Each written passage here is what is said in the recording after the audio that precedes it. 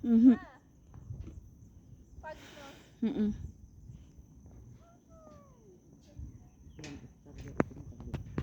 Kalugong ano po? Mount Kalugong.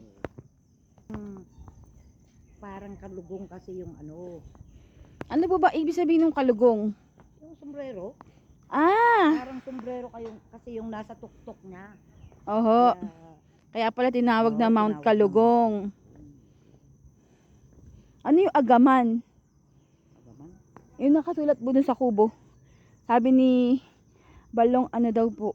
Salamat. Parang salamat. Ay, Eh yung kasilyas alam ko ho eh. oo, Alam ko. Kasilyas. Toilet. oo. Kasi kaya linagyan ng ganito, kasi pag tag-ulan madulas. Eh di madulas din po pag halimbawa Hindi madulas. may bakal.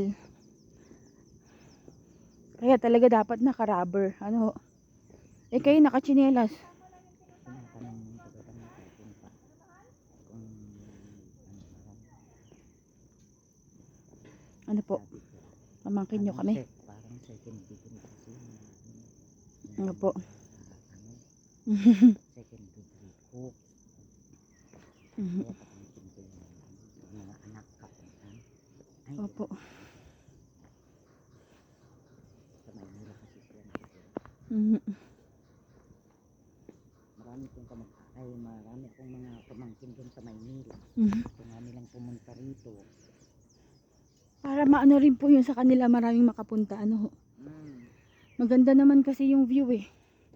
Tapos dinedevelop pa lalo. Ano ho? Mm. Pero wala na po yung zipline. Yung, Zipline. Ay, wala na. Noon meron. Bakit po nawala? Wala kung bakit inalis naman yung zipline.